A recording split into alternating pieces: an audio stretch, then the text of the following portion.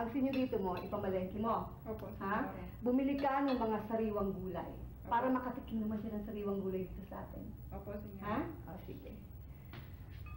At ikaw naman, bata ka, pwede ba? Sa susunod, kung ikaw ay uuwi rito, magpapasabi ka nga muna, no? Hindi yung ganyan, aabog-abog ka na lang darating dito. Sus Maria Josep, paano ko natuloy ako sa Baguio? Di wala kang naabutan dito. Ito naman batang to, oh. Ma, wala naman nung kaming ginagawa sa seminary Tsaka isa pa, nagpaalam ako sa mahal na obispo. Na magbabakasyon ako dito. Matagal-tagal na rin mo kung hindi nakaka-uwi rito Mabuti na anak, mabuti ka at nauwi ka sa atin ngayon. Alam mo ba na ikaw ay malaking tulong sa parokya natin ngayon. Naku, ang laki-laki na ipinagbago ng bayan natin. Bakit o? Anong problema? Ang problema natin ngayon ganito. Mula nang umalis ka rito, mapapansin mo na ang ibang kababayan natin, nako, napaka-immoral na. Immoral? Immoral! Diyos ko, mapapansin mo, meron dito hindi na nagsisimba yan. Hindi na nagsisimba pag linggo. Pati yung Biyernes, wala na nun. Wala na mga nubi-nubi na yan. Pagkatapos, hindi pa nagsisimba, puro naman sugal. Ang dami ng pasugalan ngayon dito sa atin. Hindi naman wata sila ng gugulo dito Anong hindi nang gugulo? Yang mayor na yan, alam mo ba? Yang mayor na yan, pinabayaan pa niya na merong magtayo ng beer house. Ako, pinapawisa lang anak ko kasi pasensya ka na, si ang ventilador natin O kain ka pa. Sige ma. Alam mo, yung beer house na pinayagan ng mayor na ano rito, naku, nagkakagulo doon. Alam mo ba kagabi, may nagpatayan. Ang pumatay, I think, magkumpare. Kumpare pa? Kumpare. Pinatay niya yung kumpare niya at hanggang ngayon, hindi nga malaman kung nasaan yung nakasaksak ngayon Naku, sabi ko sa iyo, anak, ibang-iba na ngayon. Pinangalanan pa naman itong ating bayan ng San Jacinto. Pero Diyos ko, ano nangyayari ngayon? Wala. Napapaligiran ng puro kademonyohan. Naku, hirap talaga. O, kumain ka pa, Wala nangyayari dito ngayon Oo. Ay, naku, iho. Bigla ko naalala. Mamaya nga pala, meron kaming sharing, meron kaming prayer meeting. Makinig ka sa mga sharing namin, mamaya, Sumama ka. Ha? Alam mo ba, na doon sa sharing na yun, nalaman ko na yung si Madre Lourdes bahay natin.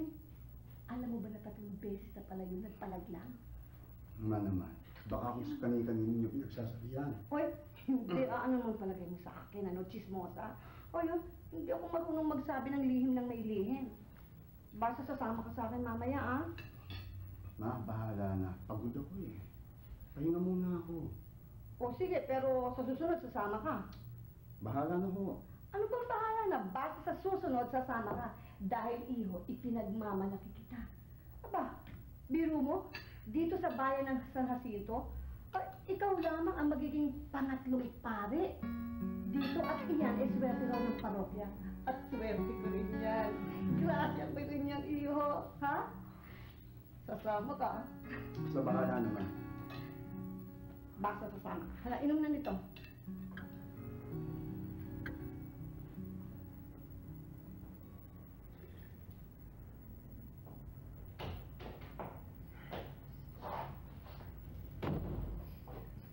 Ayan, tubig, oh. Pagod ako.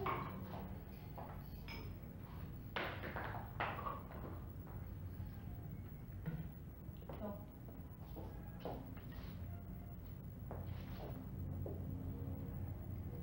Ano nangyari sa lakad mo? Eh di tulad ng dati, kung ano mga tinatanong nila sa akin. Ano sinabi mo? Eh ano pa, hindi ko naman talaga kilala yung sumaksak eh. Sila ang taga dito, eh di sila ang dapat makakilala. Ay, naku, alam mo, gusto na magpa-impress ng mga pulis na yon. Oh, ba't hindi ka pa mag-BS? Mamaya na kaya ako. Papahinga muna ako eh. Loka. Sabado ngayon, no? Alalahanin mo. At 15 pa. Naku, paldo mga lalaki ngayon. Ikaw rin, baka maubusan ka. Oo na. Susunod ako. Magpapahinga na ako, maliligo. Sunod na ako. Bahala ka. Huwag mo nang isipin yun, no? Wala ka namang kasalanan dun eh. Kaya mabihis ka na. Sumunod ka na lang sa akin. Sige, mauna na ako.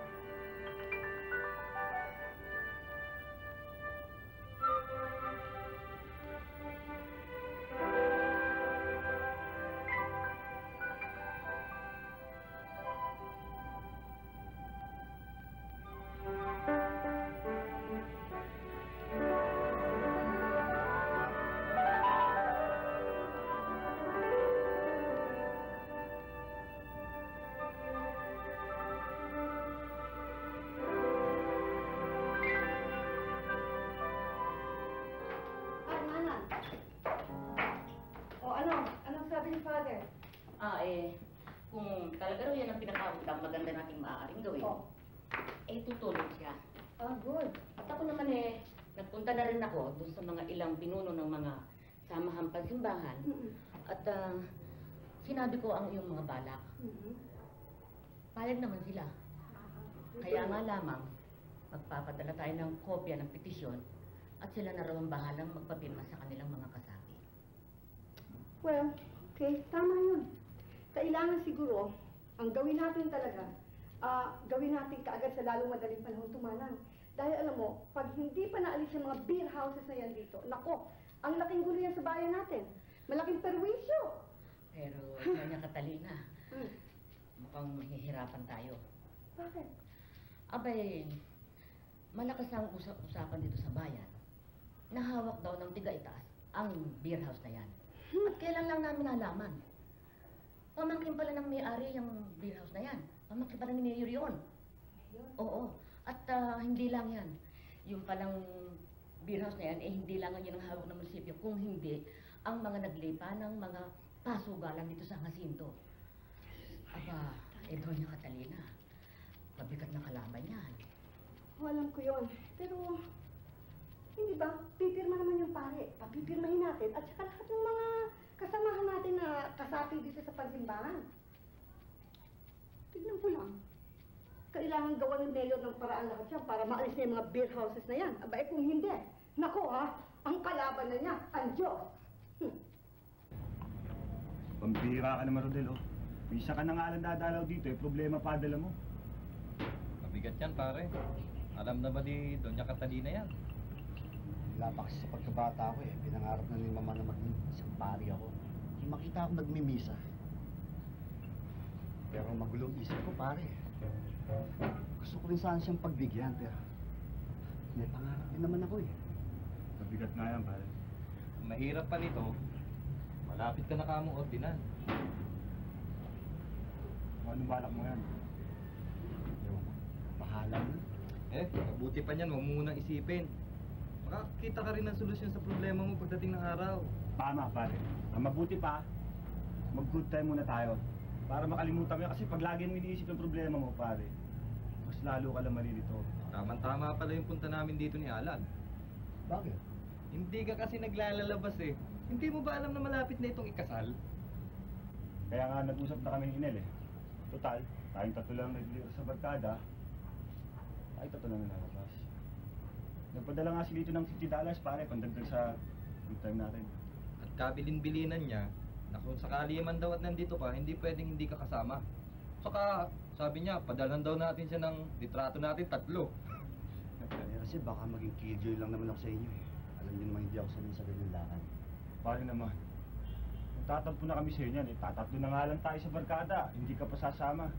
Pare, kung sino lang kasama ko sa labas hindi bali na lang, pare. Saan ba sila yan? Isa yun sa mga sorpresa namin sa'yo. Surpresa yun. Baka ano naman kalokohan yan Pare, sa kauna-unahang pagkakataon, ito lang ang kalokohan na magugustuhan mo. Di ba? Isipin yan. Yan, samantalayin mo na. Hanggat hindi pa kayo nakakasal ni Marisa. Kasi hindi mo na yan magagawa pag nakakasal na kayo. Hindi ako nabubutayin ko no. Ay nako, di lalo siya magwawala pag nalaman niyang kasing ganda ko itinitibog mo. Hindi pala tumayabang. Siyempre.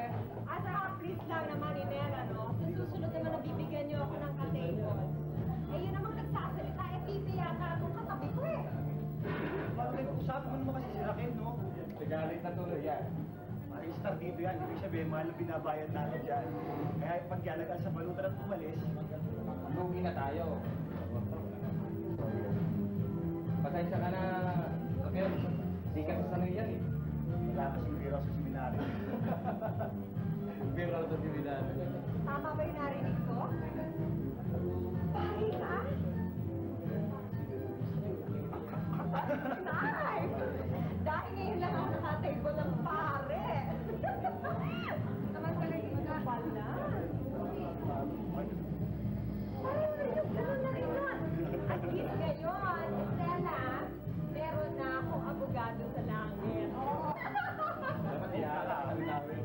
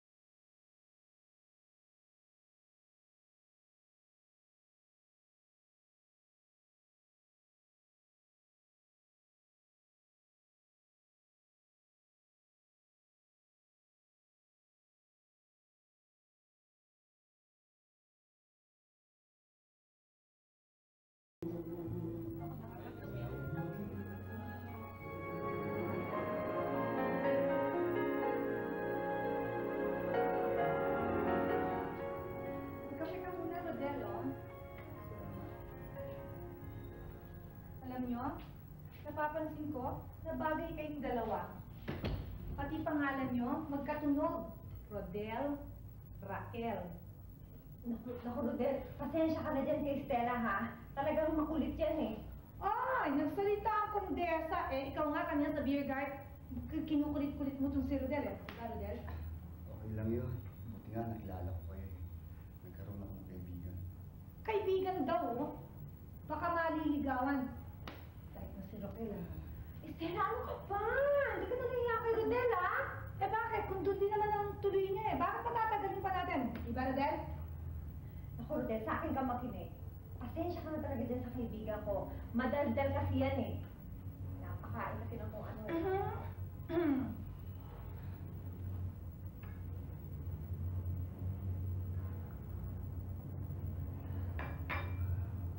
Paano?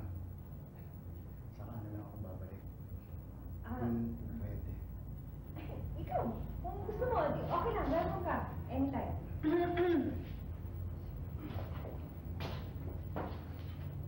Sige. Bye, Rodel. Sige. Aalis na ako. Pero babalik pa ako. Ah, okay lang yun. Sige, balik ka kahit kailan. Sabi ko naman sa'yo kanina, welcome ka dito kahit anong oras.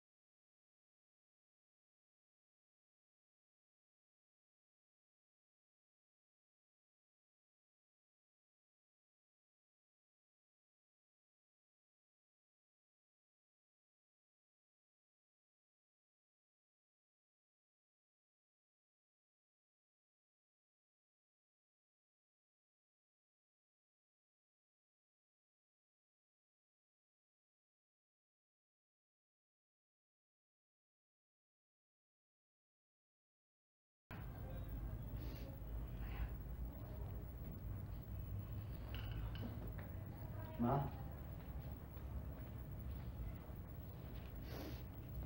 Ma? Bakit? Unahin mo. May naalala lang ako. Hanggang ngayon pa ba naman? kasi ang mga kapatid mo eh. Ang layo-layo na nila. Hindi ko na sila nakikita, anak. Pero sana man lang. Sana kahit sulat man lang. Ma, may sariling buhay na sila kuya. Tsaka, iba ang buhay sa States. Di tulad dito sa atin. Pwede tayong tumigil kung gusto natin. Tsaka kinukuha ka naman ng kuya, ayaw mo. Hindi magbakasyon doon, ayaw mo. Siguro busy lang si kuya kaya hindi siya nakakasulat sa atin. Tsaka dapat ibenta na natin itong bahay na to. Anak, lumaki na kayo dito ah. Magkatulong kami ng papa mong ipinunda ng bahay na ito. Para sa inyo. At napakarami ng mga alaalang nasa loob ng bahay na ito. Naiintindihan ko, ma. Pero sana, pinaliligaya kayo ng mga alaalang yun. Ano, anak? Ito na lang bahay na ito ang natitira sa akin. Ang bahay na ito at ikaw. Ang para sa akin maituturing kong akin. Hindi magtatagal. Matatapos ka ng pagpapare. Aalis ka na rin. Iiwanan mo rin ako. Pero hindi bali, anak. Pag-alis mo yun, ang bahay na ito ay magkakaroon ng katuparan ng aking pangarap. At ang katuparan ng pangarap na yan, anak, ay ikaw. Ikaw, anak. Ikaw, anak ko.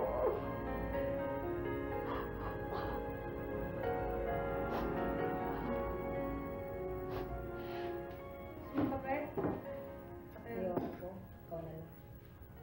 Ay, kung sakasakali makakadisgrasya ka. Gwapo na at mabait pa si Rodel. Higit sa lahat, makwarta. Pag nagkataon, bubuhay reyna ka. Ay, nako. Palagay ko, malayong mangyari yon. Unang-una, seminarista yung tao. Pangalawa, hindi matatagalan pare na yun. Hindi pa naman siya pare Tsaka tao naman si Rodel Kahit na siguro pare, marunong din umibig. Andoon na ako.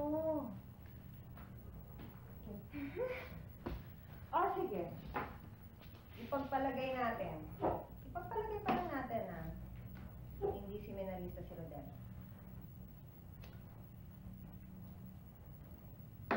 Sa palagay mo kaya, totohanin ako nun. Sa linya ng trabaho natin at sa klase ng pagkababae natin, palagay ko walang magkakamaling totohanin tayo Kalokohan! Marami akong kakilala dyan Dahil sa mga kasama sa Angeles, mga nagsipag-asawa, tumusay ang buhay. Bakit? Hindi naman tayo naiiba sa kanila. Kung tutuusin, mas disente pa tayo sa iba dyan Disenteng bailarina? Oh, bakit? Kasi mga yata pakinggan Ikaw talaga mapasok. Totoo naman Tayo, hanggang table lang. Hindi naman tayo nila inilalabas Oh.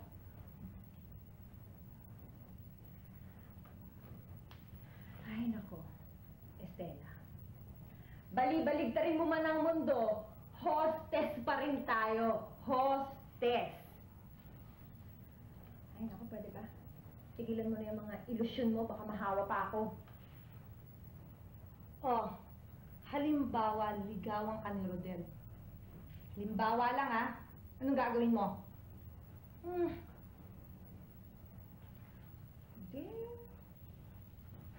Di ba ligaw siya? Wala akong magagawa doon. Karapatan niya yun. Kaya lang, ito lang ang masasabi ko. Hindi ako kayang paniwalain. Hindi ka panipaniwala At Hindi ako maniniwala. Yun! Gaga. Syunaga. Ako, Manang, kailangan makapagpagawa tayo ng maraming ito para may pamigay na natin. Ito na lang iniintay ng simbahan eh. Palagay ko ipagpapaliban natin ng pagpapalibot ng petisyon na yan, Doña Catalina. Bakit? May problema ho tayo eh.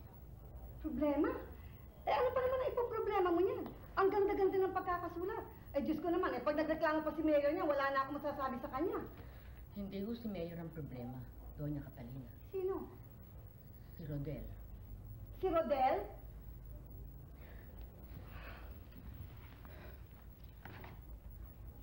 Huwag ko kayo magagalit, Doña Catalina.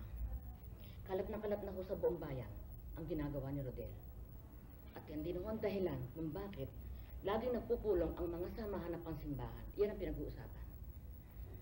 Pero wala naman ako nalalaman ginawang kasalanan ng anak ko ah. Madalas na nakikita si Rodel nagpupunta dyan sa beer house na yan. At ako, lagi ko siya nakita sa tapat ng bahay ng kinahuhumalingan niyang babae. Ayoko sanang sabihin sa inyo to, Doña Catalina. Pero pinagtatawanan ho kayo ng bayan.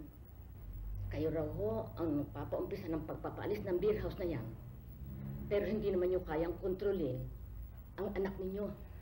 Kung kaya, ang mga samahan ng pansimbahan ayaw nang makialam sa mga gawain ninyo.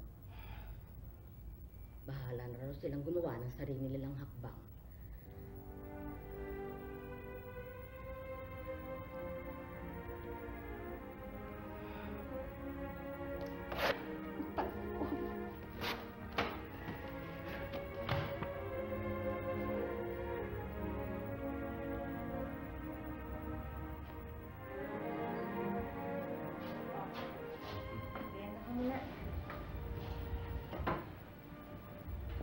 Hindi yata nakikita si Stella. Ay, nako, ganun talaga yan. Maaga pumasok. Lalo na ngayon, alam niyang bagong sweldo ng mga customers niya. Ah, Mamaya na siguro. Tinatamad pa ako, saka medyo mabigat ang pakiramdam. sa punit siya. Di ba kayo nahihirapan sa trabaho niyo? Kailangan eh. Siguro, kung tutunganga lang kami dito ni Estela, at magugutom na lang, mamamatay kami dito, dilatang mata. Hindi maghanap kayo ng trabaho. Marami na mapapasukan dyan.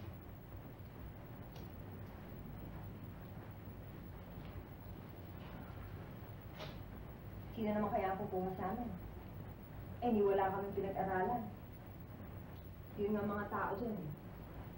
Ang tatasan ng mga pinag-aralan. Hindi pa rin makakuha ng trabaho. Sabi ko kayo. Ito ang bagay na trabaho sa amin.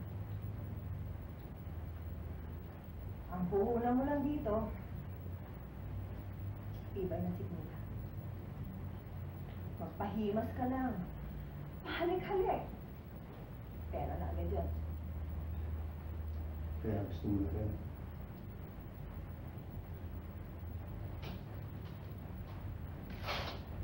May pamimilihan ka.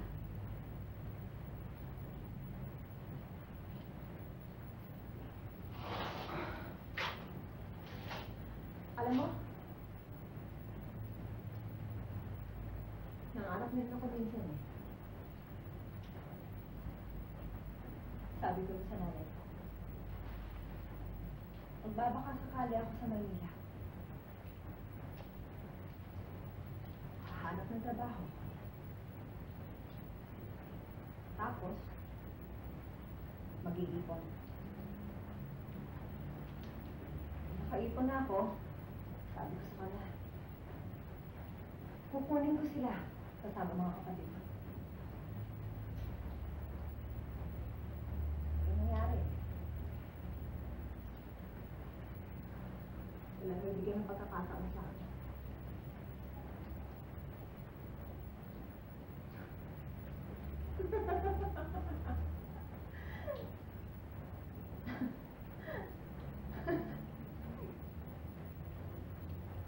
Rodel, sa mga babaeng katulad ko.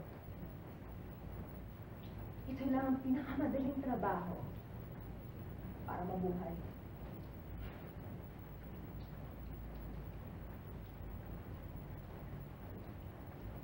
At, tinigilan ko na ng mga araw.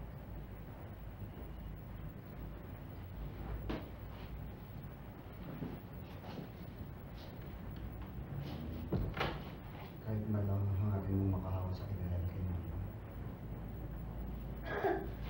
Nun nga malinis ako eh. Walang tumanggap sa akin. Ngayon pa.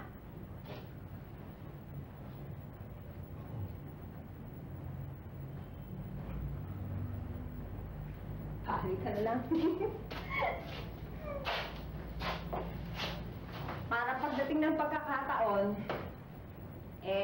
may magpaliwanag sa kanya. Siguro naman, sa pamamagitan mo, maiintindihan niya ako ba't ako ganito ngayon.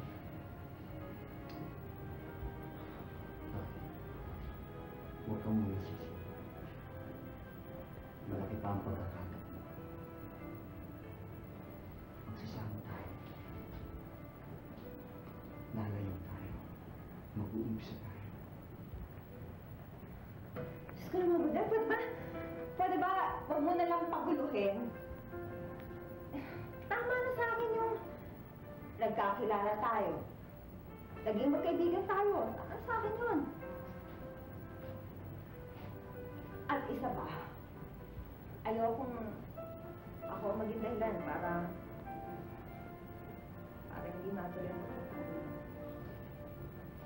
Hindi totoo yan.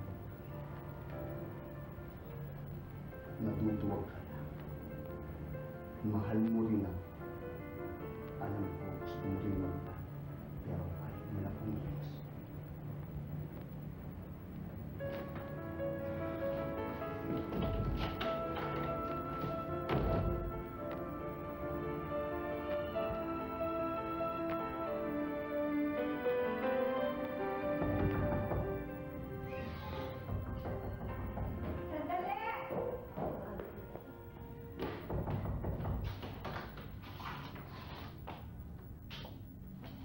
Ako si Donna Catalina, ang mama ni Rodel. Pwede ba ako makapasok? Tuloy mo kayo. Tuloy mo kayo. Maupo mo kayo.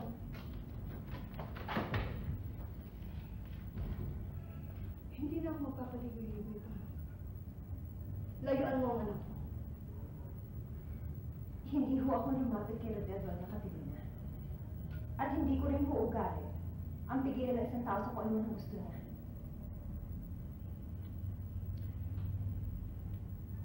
Anak ko si Rodel. Mahal na mahal ko siya. Pareho natin siyang mahal. Pero kung talagang mahal mo siya hindi mo sisirain ang mga binabala ko sa kanya. Hindi sanay si Rodel sa hila. Bata pa siya, lahat ng magustuhan niya binibigay ko. Sa palagay mo ba, magagawa mo mga ibinigay ko sa kanya?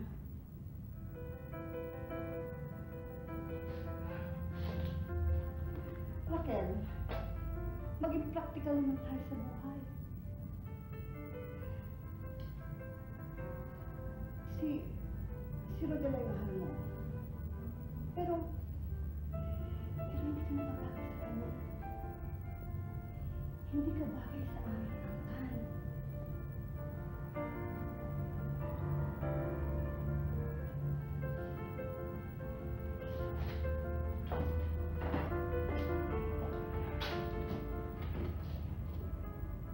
Raquel,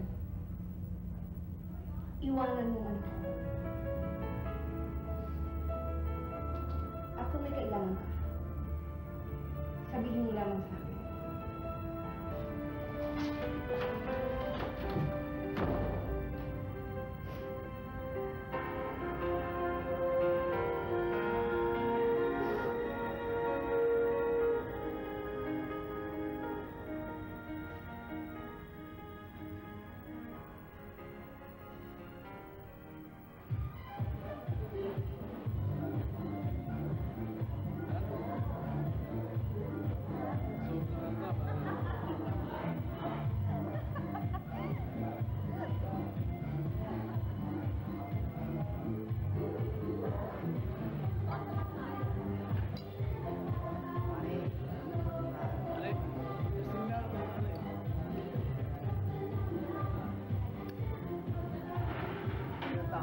lasing ka na, hindi ka na.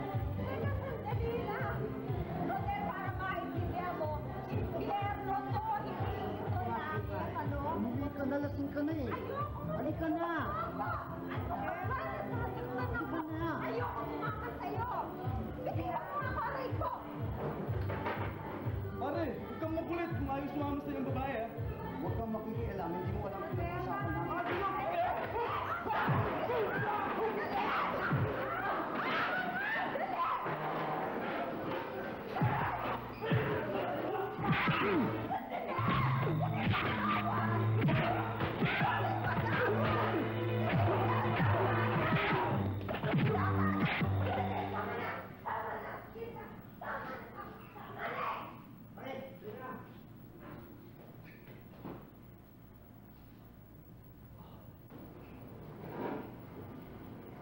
Tulungan mo rin yung sarili mo, Raquel.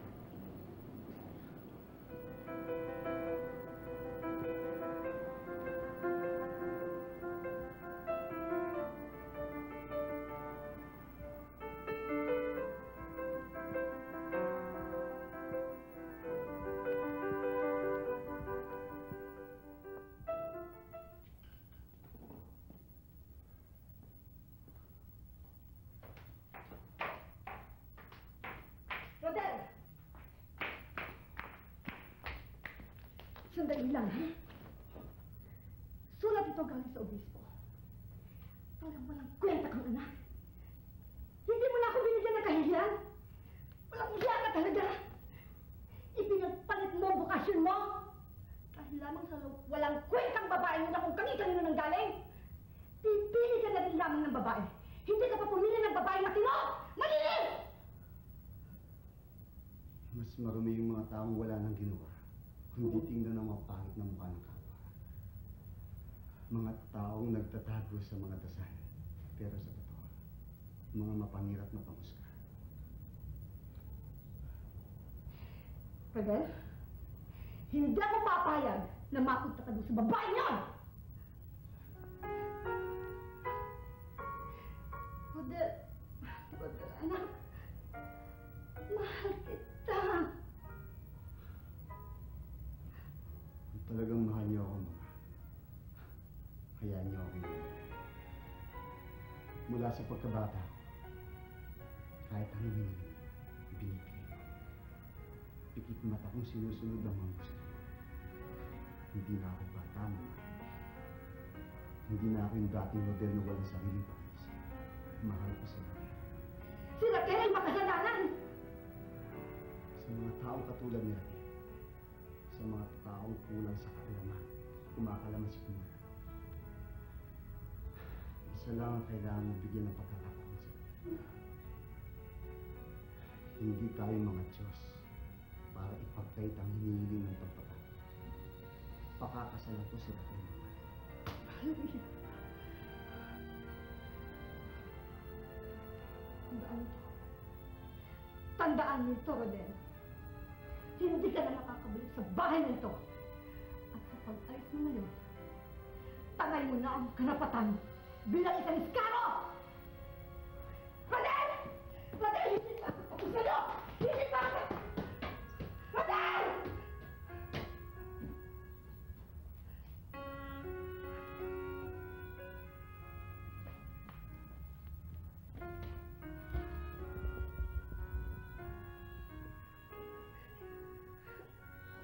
Ba't hindi mo muna siya kausapin, Raquel?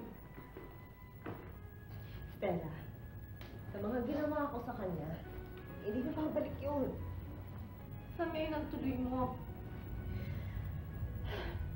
Uuwi na lang ako sa amin. Total, marami-rami naman na yung naipon ko, di ba? Siguro, magtatayo na lang ako ng isang maliit na tindahan doon.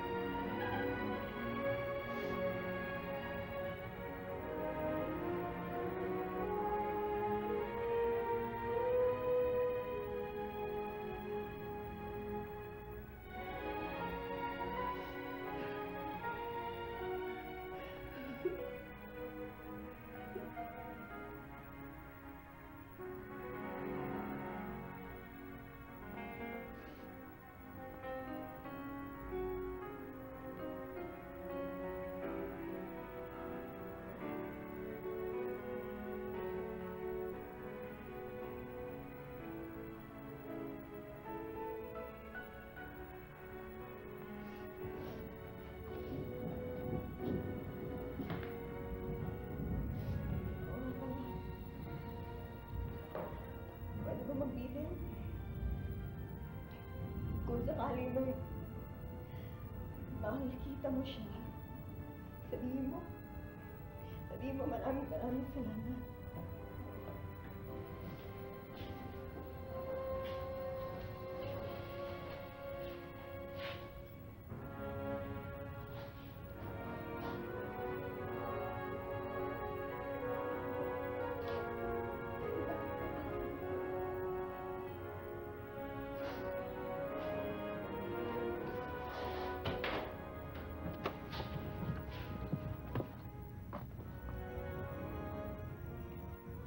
Kung aalis ka,